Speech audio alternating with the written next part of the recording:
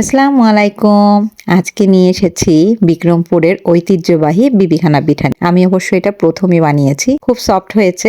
প্রথমে আমি 1 লিটার দুধটাকে আধা লিটার করে নিয়েছি জাল দিয়ে। তারপর সেটাকে গরম অবস্থাতেই গুড় দিয়ে দিতে হবে পরিমাণ মতো। গুড়গুলো এটার মধ্যে দিয়ে ভালো করে নেড়ে এই গরম দুধের মধ্যেই গুড়গুলো যেন গলে যায় সেদিকে খেয়াল রাখতে হবে। এরপর পরিমাণ মতো চালের গুঁড়া 3 কাপ দিতে হবে। আমি একসাথে 3 কাপ দিয়ে নিয়েছি, আপনারা আলাদা আলাদা ভাবে দিতে পারবেন। এরপর ভালো করে মিক্সড করে নিতে হবে। এরপর এর সাথে মিক্সড করতে হবে একটুখানি এলাচ এবং দারচিনি গুঁড়ো। তারপর আরেকটু ভালো করে মিক্সড করে নিব।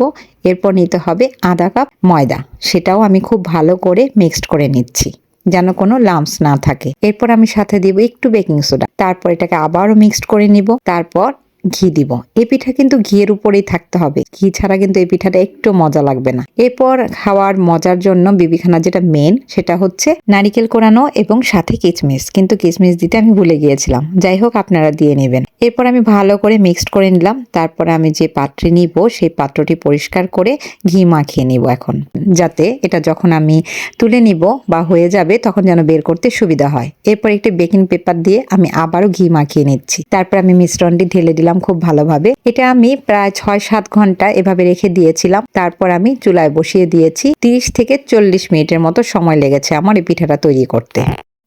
আসসালামু আলাইকুম এভরিওয়ান, আরেকটা নতুন ভিডিও নিয়ে আসলাম। আজকে আম্মু নানুর জন্য বিবিখানা পিঠা বানিয়েছে।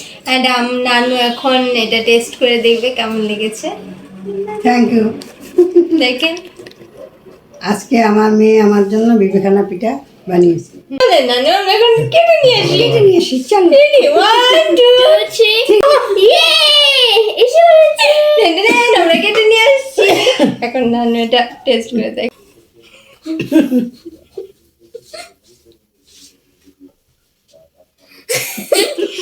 সবাই দাও, নানুকে টাইম দাও। আচ্ছা, আমরা এখন একটু টেস্ট করে দেখি। হুম,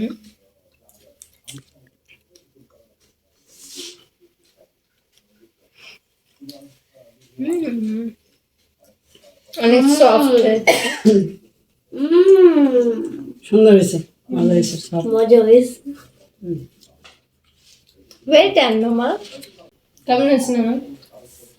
খুব মজা, ভালো হয়েছে, সুন্দর হয়েছে, সব কিছু নরম। যদি ভালো লেগে থাকে অবশ্যই লাইক শেয়ার করতে ভুলবেন না, ফলো করবেন।